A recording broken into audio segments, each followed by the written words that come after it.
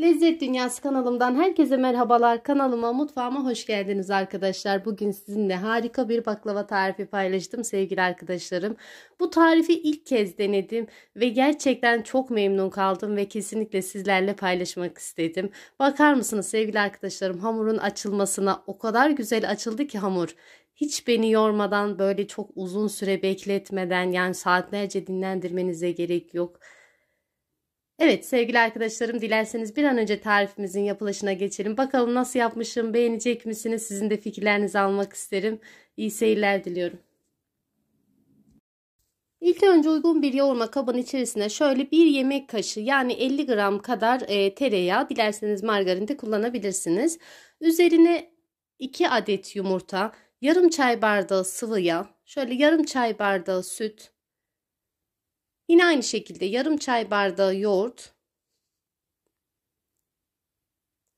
Bakın, bir su bardağından bir parmak eksik su kullandım. 2 yemek kaşığı sirke kullandım. Herhangi bir sirke kullanabilirsiniz. Hatta sirke yerine limon suyu da kullanabilirsiniz. Şöyle bir fiske tuzu da ilave ettikten sonra ilk önce güzelce karıştırıyorum malzemelerimizi.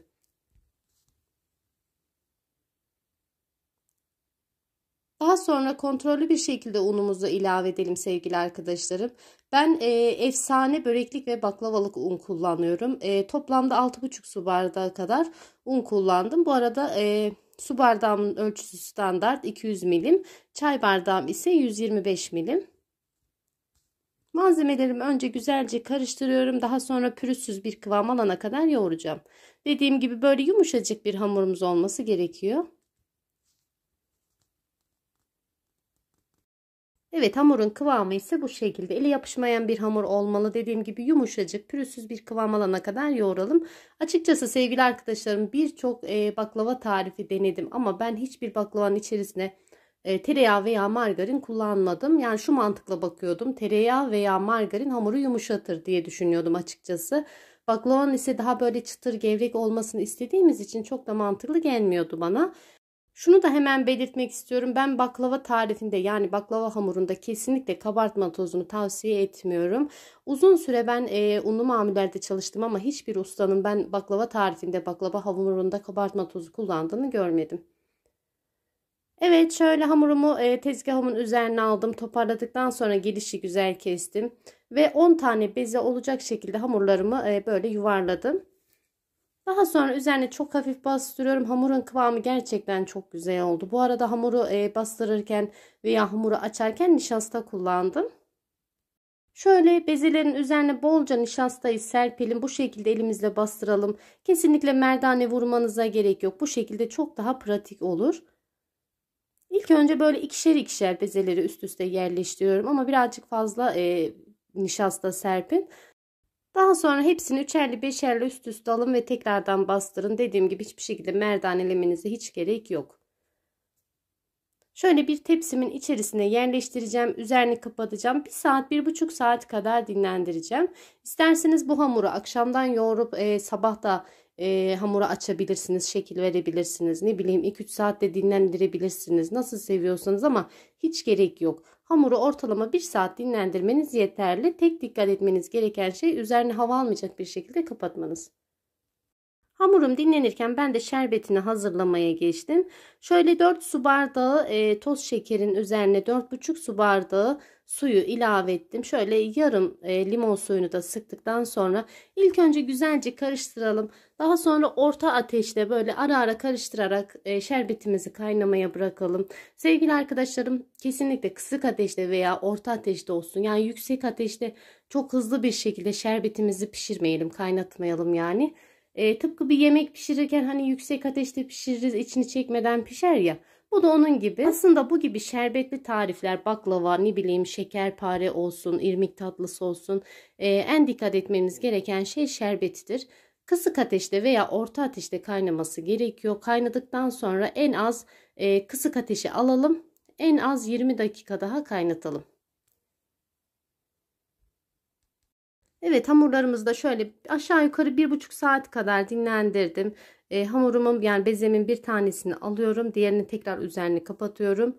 Nişastalı olduğu için baklava hamuru çok hassastır ve incecik açacağımız için her fırsatta üzerini kapatmamız gerekiyor. Şöyle bezenin altını üstünü bolca nişastladıktan sonra şöyle oklavamla açıyorum. İsterseniz bu aşamada merdane de kullanabilirsiniz. Nasıl kolayınıza geliyorsa. Ben şöyle küçük oklavamla birazcık büyüteceğim. Daha sonra büyük oklavaya geçeceğim. Gerçekten hamurun kıvamı o kadar güzel ki bakar mısınız? Çok güzel bir şekilde hamurumuz büyüyor. Şöyle ara ara yanınıza mutlaka bir hamur kartı alın. Tezgahın üzerinde nişasta yapışabiliyor. Bu da bizi zorlayabilir. Ara ara tezgahın üzerini temizleyebilirsiniz.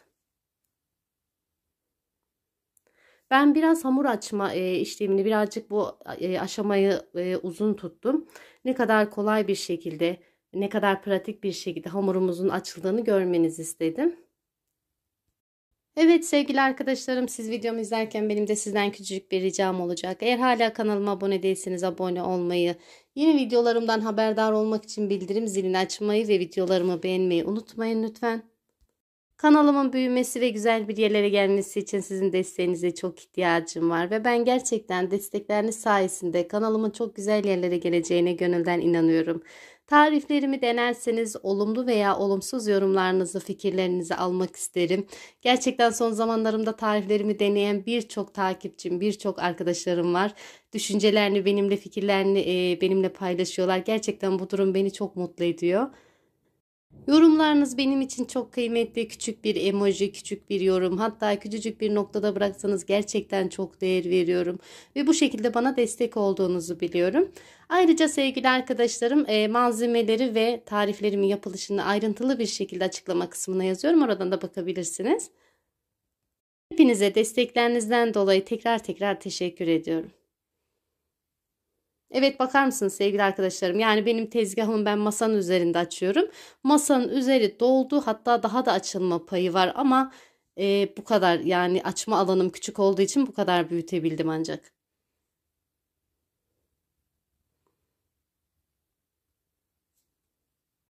Ben bu tarifimden vezir parmağı baklavası yaptım ama bu tariften birçok çeşit hazırlayabiliriz.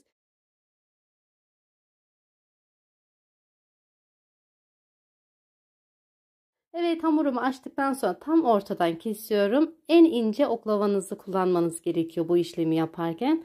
Şöyle tek tarafını bakın oklavanın üzerine kapattım. Ben 300 gram kadar ceviz içi kullandım. Ceviz için damak zevkinize göre daha az veya daha fazla da kullanabilirsiniz. Bakın sevgili arkadaşlarım, tıpkı bu şekilde oklavama sıkı bir şekilde sarıyorum. İki tarafından büzdürdükten sonra son bitiş tarafını oklavayla birazcık bastırıyorum. Daha sonra şöyle bir herhangi bir tepsinin içerisine alın, mutlaka üzerini kapatın. Evet, diğer tarafında aynı şekilde hamuru oklavanın üzerine alıyorum. İç harcını yerleştirdikten sonra sıkı bir şekilde oklavama sarıyorum.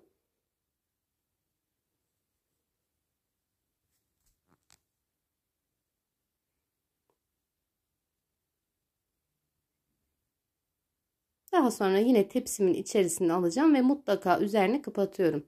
Dediğim gibi baklava hamuru çok hassastır. Nişastalı olduğu için ve çok ince bir şekilde açtığımız için. Evet, hamurlarımın hepsini açtıktan, şeklini verdikten sonra şöyle elimle kesiyorum. Bakın tam bu şekilde. İsterseniz düz düz de kesebilirsiniz. Daha sonra şöyle orta boy bir tepsi, 800 gramlık bir tepsinin içerisine yerleştiriyorum. Tepsim çok küçük değil. Yani şöyle 1000 gramlık bir tepsi, 800 gramlık bir tepsi. Yani fırın, normal klasik fırın tepsilerinden birazcık küçük.